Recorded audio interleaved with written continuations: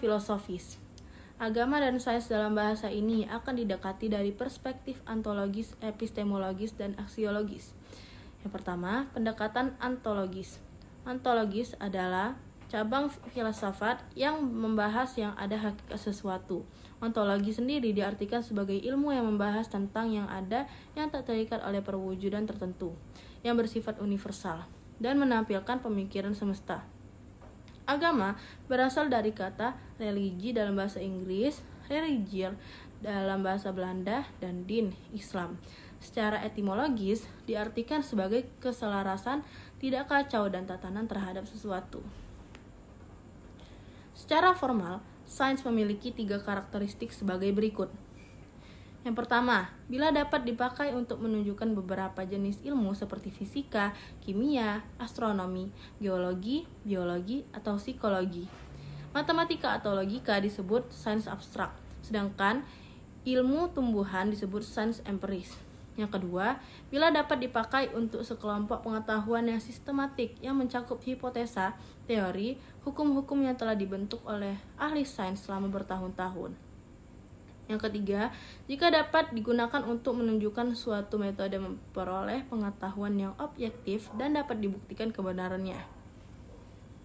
Yang kedua, pendekatan epistemologis. Epistemologi adalah cabang filsafat yang membahas tentang teori ilmu atau teori kebenaran tentang pengetahuan, di mana kebenaran yang ditampilkan berupa tesis atau teori yang bersifat kondisional sejauh medianya demikian, sambilnya itu desainnya demikian dan seterusnya.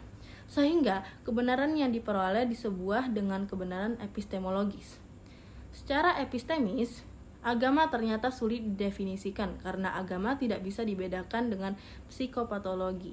Juga tidak dapat dibedakan dari pendekatan lainnya dalam menghadapi ultimate concern.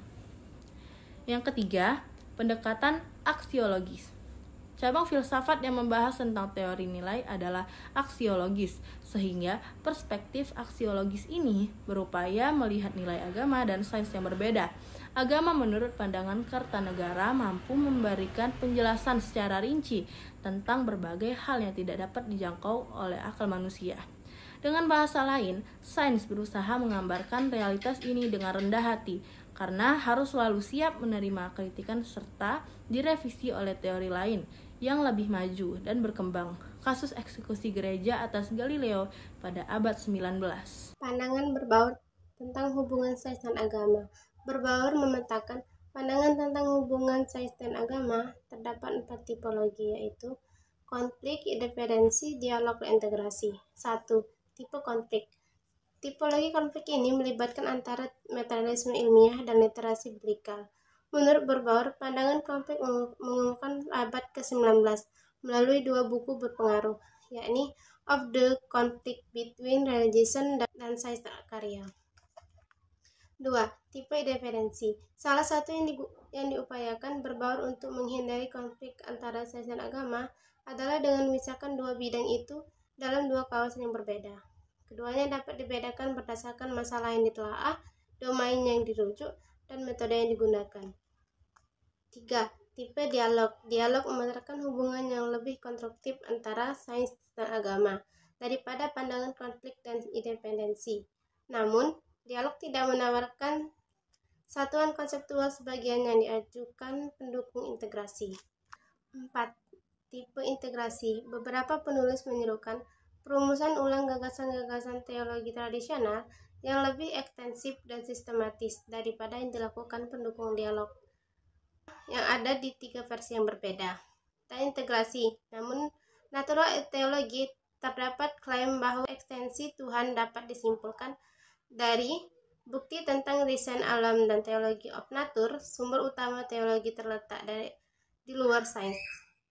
Dan dalam sistematis, sains ataupun agama memberi kontribusi. Poin I. Refleksi tentang hubungan sains dan agama bagi umat Islam.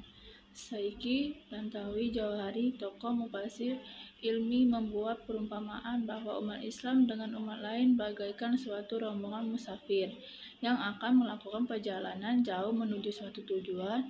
Maka sebagian dari rombongan itu naik kuda, bigal, keledai, dan kuda, sedangkan sebagiannya yang lain menumpang kereta api, mobil, dan pesawat terbang. Maka sudah barang tentu rombongan yang hanya naik unta tersebut datangnya akan terlambat. Sedangkan rombongan yang menumpang kereta api dan bahkan pesawat jauh lebih dahulu datangnya. Kelompok pertama tidak mau menumpang pesawat dengan dalih tidak mau meninggalkan tradisi orang-orang tua mereka. Sedangkan kelompok yang kedua beralasan bahwa kita harus mempergunakan akal pikiran, memilih yang lebih baik dan yang lebih sempurna. Saiki Tantawi Jauhari 1984-30. Namun, masalahnya, di kalangan umat Islam sendiri, kondisinya dapat dikatakan lebih parah. Kenyataan bahwa umat Islam tertinggal dalam bidang sains dan lebih banyak berposisi sebagai konsumen sudah tidak terbantahkan lagi. Sementara di kalangan umat Islam sendiri sudah cukup lama muncul perdebatan antara yang pro dan kontra sains Barat. Di satu sisi yang dilanda Hengqin Hup Syndrome, yaitu satu pandangan bahwa begitu umat Islam menguasai sains dan teknologi Barat, maka mereka akan menyamai Barat. Muzaffar Iqbal, Islam Aisyken. Orang-orang dalam kelompok ini seakan mengikuti semboyan if we cannot beat we join.